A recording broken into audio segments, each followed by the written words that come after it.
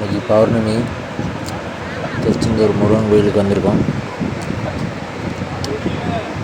முருகன் கோயிலில் எவ்வளோ மக்கள் இருக்காங்க பாருங்கள். கடற்கரையில்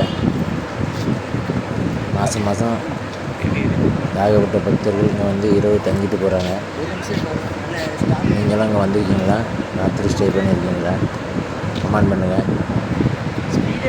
திருச்செந்தூர் வாங்க, பௌர்ணமிக்கு இரவு தங்குங்க.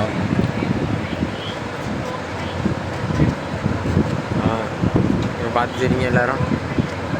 காலையில் திருச்செந்தூர் முருகனை தரிசனம் பண்ணிவிட்டு வீட்டுக்கு போங்க.